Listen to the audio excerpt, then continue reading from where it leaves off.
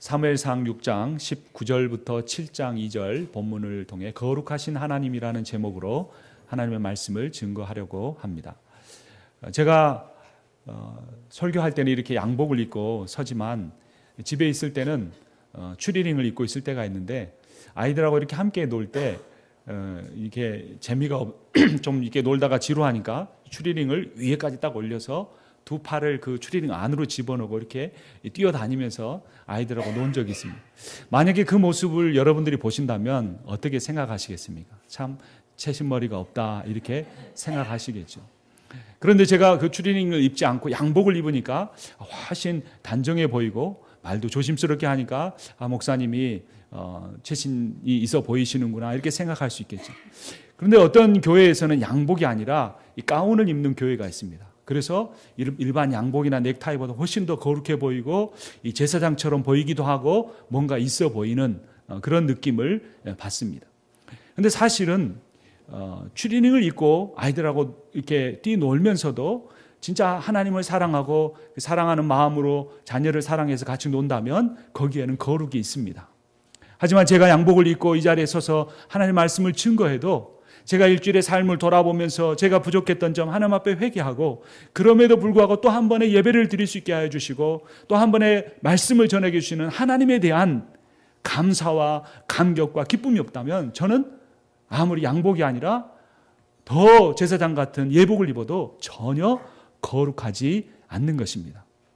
오늘 설교의 제목이 거룩하신 하나님입니다.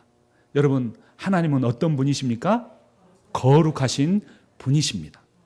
그렇다면 이 거룩의 의미가 무엇인가를 오늘 말씀을 통해 우리가 살펴보고, 우리가 그 거룩하신 하나님 앞에서 어떻게 살아야 하는가, 어떻게 예배하고 신앙생활해야 하는가를 살펴보려고 합니다. 그 전에 우리가 지난주 말씀을 한번 기억해 보려고 합니다. 여호와의 궤가 드디어 이스라엘 백성들의 땅으로 돌아왔습니다. 뭐가 끌고 갔습니까? 두 마리의 암소가 끌고 갔죠. 근데 이 두 마리 암소는 어떤 암소였습니까? 아직 젖이 흐르는 암소였고, 또 그 두 마리의 새끼는 집에다 놔두고 가게 했습니다. 어떤 소가 새끼를 놔두고 가겠습니까?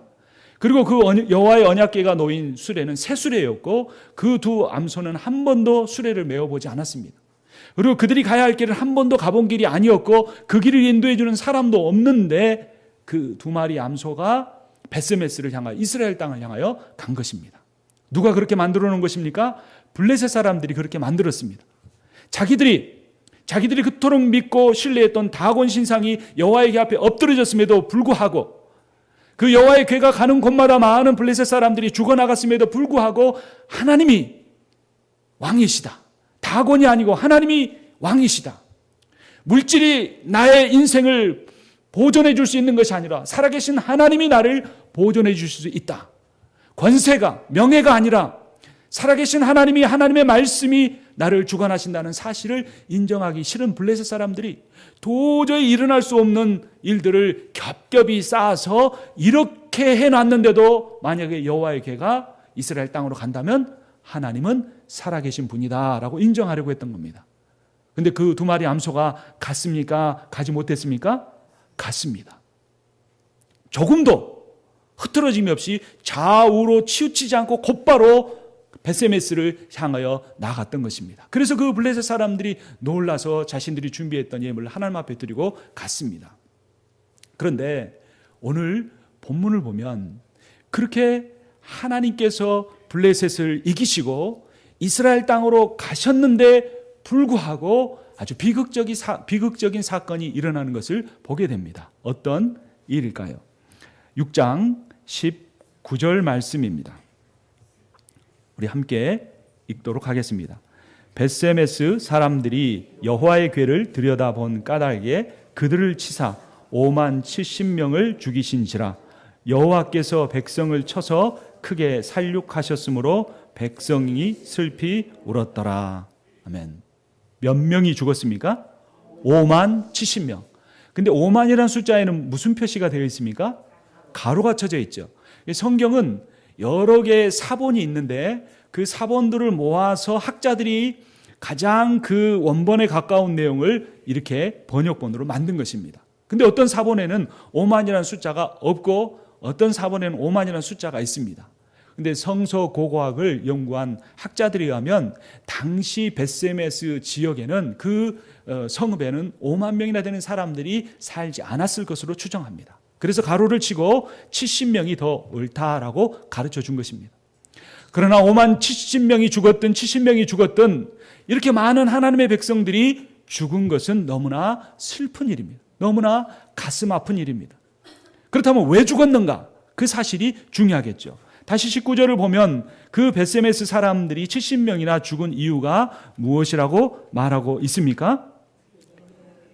여호와의 궤를 들여다본 까닭에라고 분명하게 이유를 말해주고 있습니다. 여러분, 이분들이 어디 세상에 놀러 갔다가 죽었습니까? 그렇지 않죠. 이분들이 어디 가서 나쁜 짓 하다가 죽었습니까? 그렇지 않죠. 뭐 하다가 죽은 겁니까? 여호와의 궤를 보았는데 죽은 것입니다. 여러분, 하나님은 호기심의 대상이 아니시고 하나님은 우리의 경배의 대상이십니다. 제가 매주 주일 예배를 드릴 때마다 첫 기도를 하면서 반복하는 기도의 내용이 무엇입니까? 우리 온 마음을 다하고 우리 온 뜻을 다하고 우리 온 힘을 다하여 예배드리는, 우리의 예배를 받으셔야 할 분이 하나님이신 겁니다. 하나님이 우리 호기심이 대상이 아니라는 겁니다. 오늘 예배는 어떨까? 오늘 설교는 내 마음에 좀 와 닿을까, 닿지 않을까? 오늘 기도하는 분은 정말 우리의 꼭 필요한 기도를 할까 안 할까? 오늘 찬양팀은 찬양을 음을 틀릴까 안 틀릴까? 우리가 은혜가 있을까 안 있을까? 이렇게 호기심의 대상이 아니라는 겁니다. 예배의 대상이라는 겁니다. 출애굽기 25장 18절을 보면 금으로 그룹 둘을 속죄소 두 끝에 쳐서 만들되라고 했습니다. 언약궤가 그렇게 크지 않는 이 직사각형 직육면체 모양을 하고 있습니다. 근데 그 위에 뚜껑이 있는데 그 뚜껑 위에 천사가 서로 마주보면서 이렇게 날개를 두르고 있는 모습이 있습니다. 그 천사의 이름이 뭐냐면 그룹입니다. 그룹이 하는 일은 하나님의 거룩을 지키는 겁니다. 누구든지 만약에 하나님의 거룩을 침범하는 사람이 있으면 죽음을 당하게 하기 위해서 그 뚜껑 위에, 그 뚜껑을 속죄소라고 하는데 그룹을 둔 것입니다. 근데 이 사람들이 성소 안에 들어가서 그 뚜껑을 열고 들여다본 것입니다. 왜 들여다봤을까요? 세상에 이 여호와의 궤가 블레셋에 들어갔는데 다곤신이 그 앞에 넘어져 버렸대. 그러니까 이 사람들도 여호와의 궤가 하나님의 임재라고 생각하고 제사도 드렸지만 실제로 그런 일이 일어나니까 야, 하나님이 진짜 계신가 하는 그런 호기심이 생긴 겁니다. 그리고 여보게 이 여호와의 궤가 블레셋의 그 지역에 가는 곳마다 사람들이 이 독종에 걸려서 죽었대. 이 하나님이란 분이 도대체 어떻게 생겼길래 그런 일이 일어난 것일까 하고 그 뚜껑을 열어보고 그 일에 참여했던 70여 명의 사람이 죽은 것입니다. 민수기 4장 20절을 보면 그들은 잠시라도 들어가서 성소를 보지 말라. 그들이 죽으리라 라고 분명하게 하나님의 말씀을 기록해 놓았습니다. 하나님의 말씀이 분명히 그렇게 기록되어 있음에도 불구하고 인간적인 호기심을 이기지 못하고 하나님이 도대체 어떤 분일까? 그런 호기심을 가지고 그분의 거룩하신 자리를 침범하고 그들은 죽을 수밖에 없었던 것입니다. 여러분, 어떤 사람만이 이 여호와의 언약궤가 있는 지성소에 들어갈 수 있었을까요?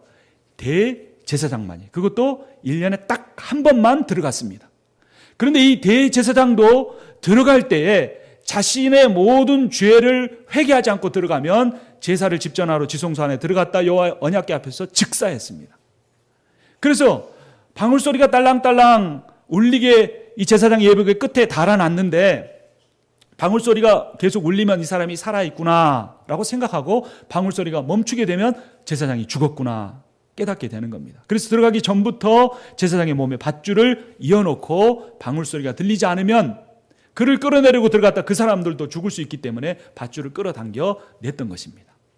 여러분, 대제사장이라고 할지라도 자신의 죄를 회개하지 않으면 하나님의 거룩하신 하나님 앞에 가서 죽을 수밖에 없습니다. 제가 추리링이 아닌 어떠한 양복이나 제사장 같은 그러한 가운을 입고 선다고 할지라도 하나님은 저의 마음의 중심을 보시기 때문에 제 마음이 예배하는 순간 하나님 앞에 드려지기를, 진심으로 드려지기를 하나님이 원하시는 것입니다. 그렇다고 해서 여러분 너무 두려워하지 마십시오. 여러분 대제사장도 아니시고 하나님은 흠이 없는 사람을 원하시는 게 아닙니다. 하나님은 내가 흠 있는 사람임을 인정하고 겸손히 나오는 사람을 기다리고 계십니다. 그렇기 때문에 저는 이 한 번의 설교를 하는 것이 너무나 두렵습니다.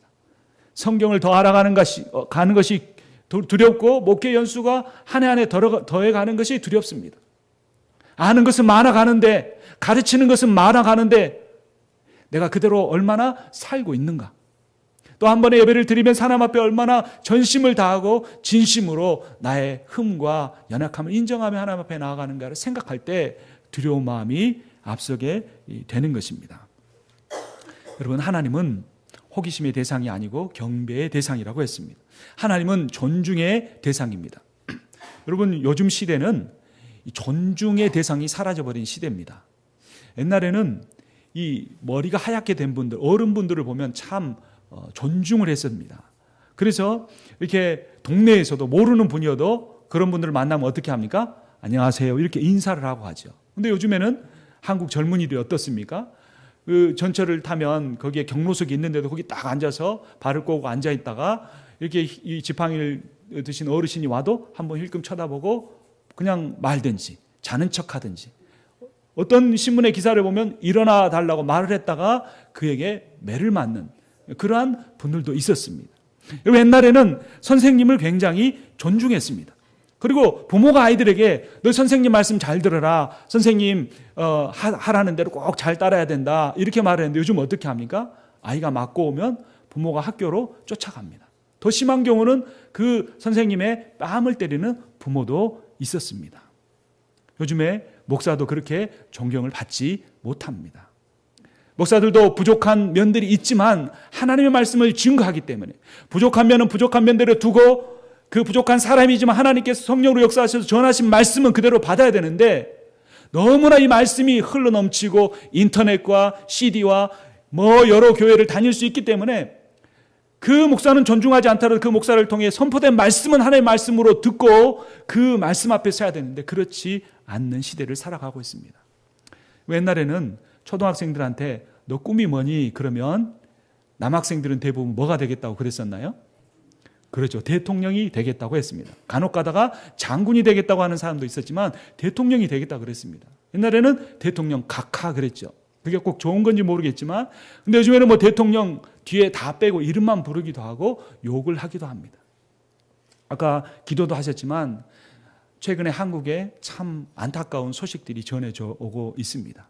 대통령이 국민이 투표해서 뽑아주고 모든 국정을 운영할 그러한 권한을 줬는데 그것을 자기 스스로 결정하지 않고 아무런 직함도, 공적인 직함도 갖지 않은 개인에게 그 모든 연설문을 주고 받고 안보와 군사와 외교의 기밀들을 미리미리 넘겨주었던 일들이 일어나서 큰 문제로 대두되고 있습니다.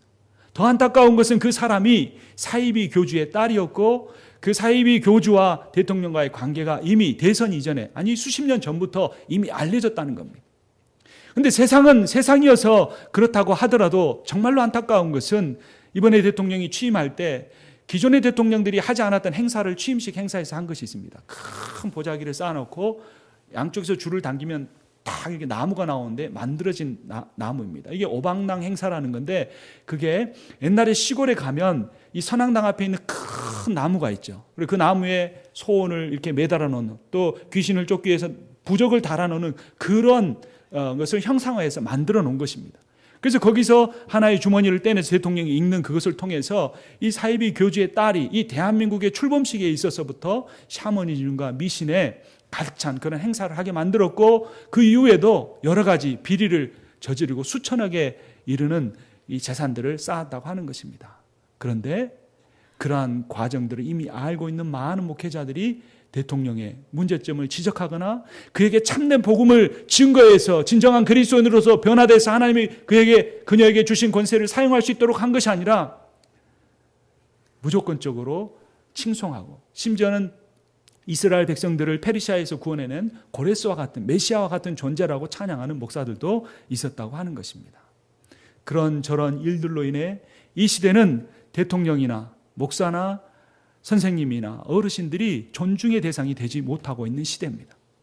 그런데 문제는 그렇게 우리 안에서 인간에 대한 존중심이 사라져가면서 큰 문제는 뭐냐면 살아계신 하나님에 대해서조차도 그러한 존중하는 마음이, 경외하는 마음이 사라져가고 있다는 겁니다. 꼭 그래야 된다는 이야기가 아닌데 제가 어렸을 때 어떤 한 장로님이 간증하는 걸 들었습니다. 이 장로님은 헌금을 하시는데 항상 그 전날 이 10,000원짜리 지폐나 어떤 지폐들을 가져다가 다리미로 이렇게 다린답니다. 빳빳하게 다려가지고 헌금 봉투에 넣고 자기 이름 쓰고 뭐 이렇게 정성껏 미리 준비했다가 성경책 안에 넣었다가 그 다음날 와서 이렇게 헌금을 드린다는 겁니다. 그렇게 하는 행동 자체가 옳다 그르다는 말을 하려는 것이 아니라 예전에 우리 신앙의 선배들이 신앙생활을 할 때는 하나님에 대한 존중의 마음이, 그분이 거룩하신 하나님이기 때문에 그분 앞에 나아간다는 것에 있어서 준비하고 좋은 옷을 갖춰 입고 마음을 준비하는 그런 자세가 돼 있었는데 지금 시대는 사람에 대한 권위가 무너져가는 것을 하나님의 권위조차도 무너져가는 것처럼 착각하고 그렇게 하나님 앞에 예배하는 사람들이, 일부의 사람들이 있다고 하는 것입니다. 여러분, 우리가 하나님을 존중한다고 하면 어떤 일들이 벌어지냐면 하나님과 관련된 모든 것을 존중하게 됩니다. 예를 들면 하나님을 존중하면 하나님의 교회를 존중하게 됩니다.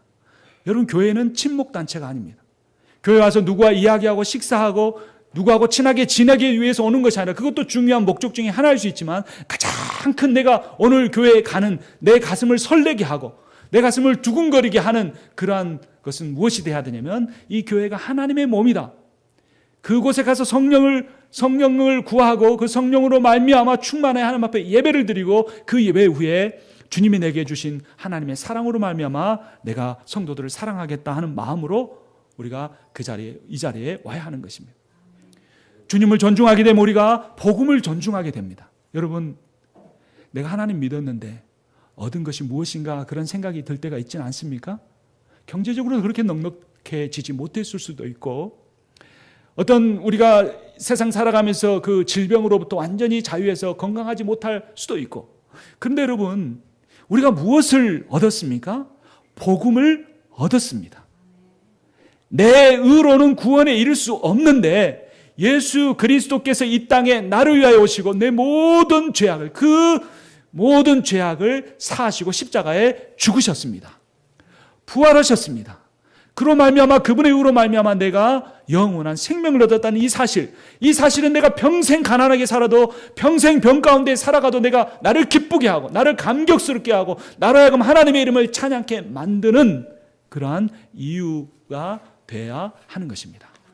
만약 내가 하나님을 존중한다면, 하나님을 경외한다면 나는 복음을 존중하는 사람이 돼야 하는 것입니다.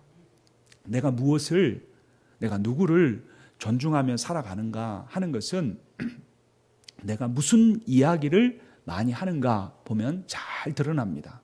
예배 드릴 때는 이 자리에 앉아서 하나님 말씀만 듣고 찬송하고 기도하지만 예배를 끝나고 나가면 내가 일주일을 살면서 아니면 성도들끼리 교제하면서 하나님에 대해서 이야기하는지, 교회의 부흥에 대해서 이야기하는지, 기도에 대해서 이야기하는지 우리의 삶을, 우리의 대화의 내용을 살펴봐야 합니다. 여러분, 우리는 하나님의 이 거룩을 우리가 존중해야 합니다. 하나님의 신비를 존중해야 합니다. 오늘 이 말씀 우리가 읽었지만 저 역시 이해가 되지 않는 부분이 있습니다. 그 베세메스 사람들이 여호와께를 들여다봤다고 해서 호기심 있게 이게 도대체 뭔가, 하나님 이 안에 계신가, 그 안에 어떤 모습으로 계실까, 그런 호기심에 들여다봤다고 할지라도 어떻게 하나님께서 57,000명이나 아니면 70명을 죽게 하실 수 있을까? 제 머리로는 이해가 되지 않습니다. 그리고 오늘날에도 그런 일들이 반복될 수 있을까? 그것도 제가 온전하게 다 생각할 수는 없습니다. 또 우리 인생에 일어나는 일들을 보면 그렇게 하나님 잘 믿는데 갑자기 어려움을 겪는 분들이 있습니다. 가족 간에 어떤 문제가 생기기도 하고 그 사람의 인생에 어떤 질병을 겪기도 하고 여러 가지 문제를 겪기도 합니다. 그런데 테르톨리니아스라고 하는 사람은 이런 말을 했습니다. 나는 하나님을 다 이해할 수 없기 때문에 믿는다. 여러분, 만약 제가 하나님을 100% 다 이해했다면, 제가 하나님을 100% 다 이해했다고 여러분들한테 말씀드린다면 여러분 그 하나님을 믿을 수 있겠습니까? 임상원 목사라고 하는 사람이 배웠으면 얼마나 많이 배웠고, 임상원 목사라고 하는 사람이 영성이 있으면 얼마나 있길래 그 사람 정도가 하나님을 100%다 이해해버렸다라고 한다면 하나님의 존재가 그 정도밖에 되지 않는 분이 아니지 않겠습니까? 하나님이 우리의 인생에 아무리 많이 배운 사람이라고 할지라도, 아무리 많은 경험이 있는 사람이라고 할지라도 하나님을 다 이해할 수 없기 때문에 그 하나님이 경외하고 두려워하고 하는 그러한 마음을 가지고 믿어야 하는 대상이기 때문에 우리는 이해되지 않지만 그 하나님을 온전히 믿을 수밖에 없는 것입니다. 하나님은 그렇게 벳세메스 사람들을 죽게 하셨고, 그러자 벳세메스 사람들이 이렇게 행동합니다. 6장 20절입니다. 함께 읽겠습니다. 벳세메스 사람들이 이르되 이 거룩하신 하나님이 여호와 앞에 누가 능히 서리요 그를 우리에게서 누구에게로 올라가시게 할까 하고, 거룩하신 하나님이라는 사실을 그들이 깨닫습니다. 그 하나님 앞에 감히 누구도 서지 못한다는 사실을 그들이 깨닫습니다. 그리고 21절을 제가 읽겠습니다. 전령들을 기랏 여아림 주민에게 보내어 이르되 블레셋 사람들이 여호와의 궤를 도로 가져왔으니 너희는 내려와서 그것을 너희에게로 옮겨가라. 7장 1절 함께 읽겠습니다. 기랏 여아림 사람들이 와서 여호와의 궤를 옮겨 산에 사는 아미나답의 집에 들여놓고 그의 아들 엘리야사를 거룩하게 구별하여 여호와의 궤를 지키게 하였더니 아멘. 그리고 나서 이 여호와의 궤가 2절을 보면 무려 20년 동안이나 그곳에 머물러 있게 되는 것을 봅니다. 그리고 20년 뒤에 다윗을 통하여 여호와의 궤가 예루살렘으로 오게 됩니다. 여호와의 성전에 들어가게 됩니다. 결국에는 여호와의 궤가 자기 백성의 땅으로 돌아오지만 그 일이 일어나기까지 몇 년의 세월이 필요했던 것입니까? 20년의 세월이 필요했던 것입니다. 여러분, 신앙생활이 힘든 이유를 든다면 저는 딱 하나인 것 같습니다. 기다려야 한다는 것입니다. 기다림이라는 것 참 힘든 일입니다. 성경은 결론이 서론뿐만 아니라 과정과 결론까지 다 나와 있기 때문에 우리가 이 전체를 볼 수 있지만, 우리 인생에서는 여러분, 하나님이 어느 날 나타나셔서 내가 이렇게 해주겠다고 약속하셨습니까? 그리고 약속하셨더라도 몇 년 뒤에 하겠다고 정확하게 약속을 주셨습니까?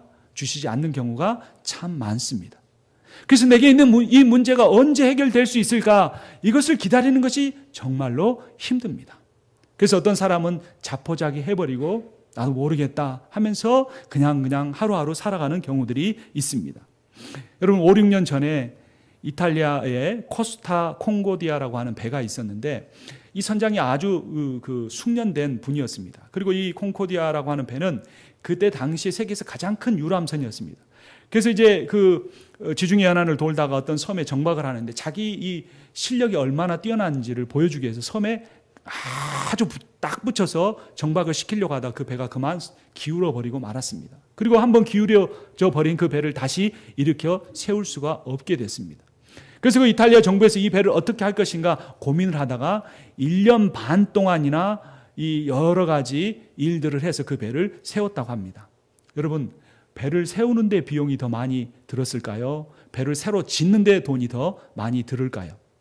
배를 세우는데 무려 2배의 돈이 들었다고 합니다.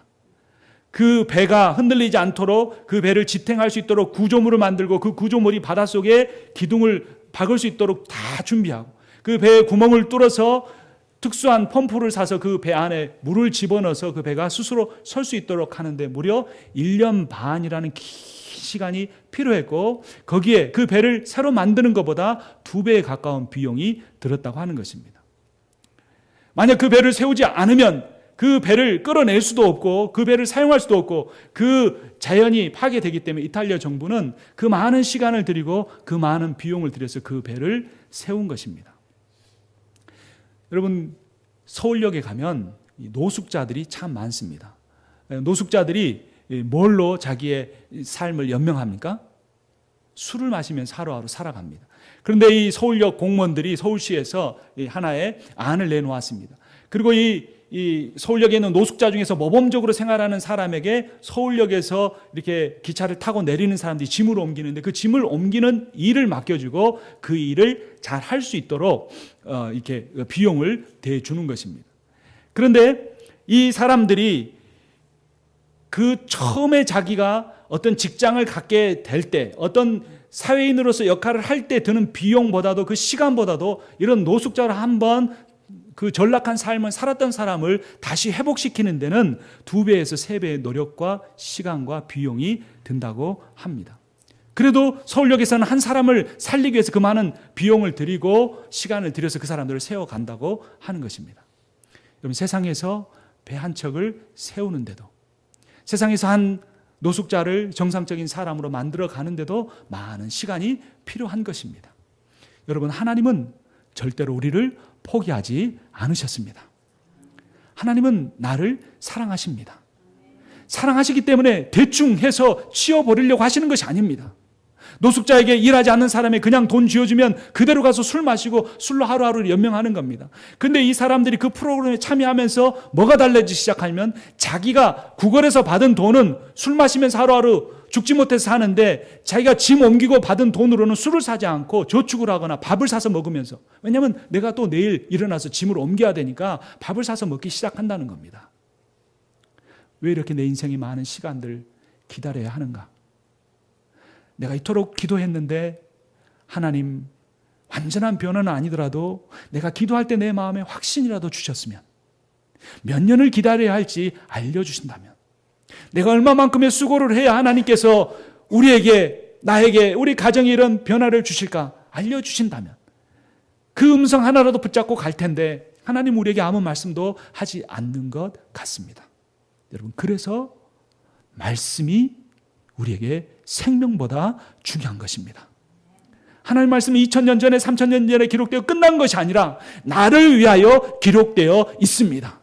세상에 많은 사람들이 부와 명예와 성공과 자의 만족을 해 치달아가는 이 세상에 많은 매스미디어에서, 인터넷에서, 소셜미디어에서 화려한, 겉으로만 화려한 삶을 자랑하는 이 시대에 무엇이 진리이고 무엇이 참 생명을 얻는 것이고 무엇이 영원히 사라지지 않는 참 평안을 내 심령에 주는 것인가? 하나님의 말씀이 우리에게 똑똑하고 분명하게 선포하고 있습니다. 그것은 거룩하신 하나님을 만나는 것입니다. 거룩이라는 것은 구별되는 것입니다. 창조의 방법이 하나님이 구별하는 것입니다. 빛과 어둠을 구별하시고 궁창 위의 물과 궁창 아래의 물을 구별하시고 이 바다의 물을 한 곳으로 모아 육지를 구별하시는 것을 통해서 하나님이 가르쳐 주셨습니다. 뭘 가르쳐 주셨습니까? 나는 하나님이고 너희는 피조물이다. 나는 주권자고 너희들은 종이다. 나는 명령하고 너희들은 순종해야 된다. 나는 너희를 위하여 생명을 내어주기까지 너희를 끝까지 사랑할 것이다. 너희는 피조물로서 온 천하 만물을 지신 창조자인 나를, 구원자인 나를 경배하라 라고 하나님이 말씀하시는 것입니다. 이 거룩하신 하나님의 경계를 아무도 침범해서는 안 됩니다.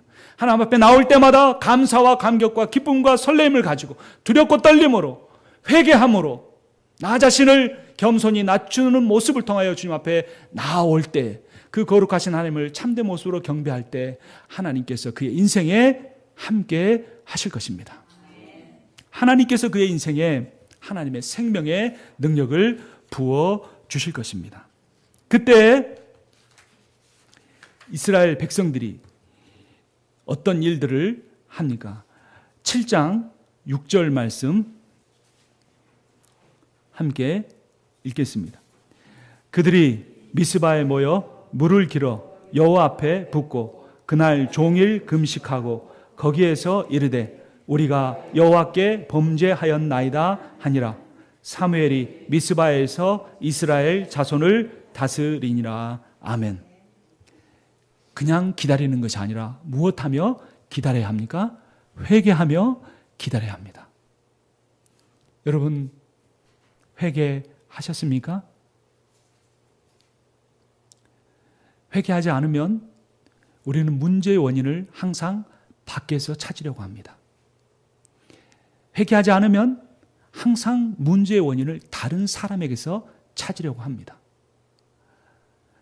회개하지 않으면 항상 문제의 원인을 내게 부족한 어떤 무엇 때문이라고 생각하고 핑계대게 합니다.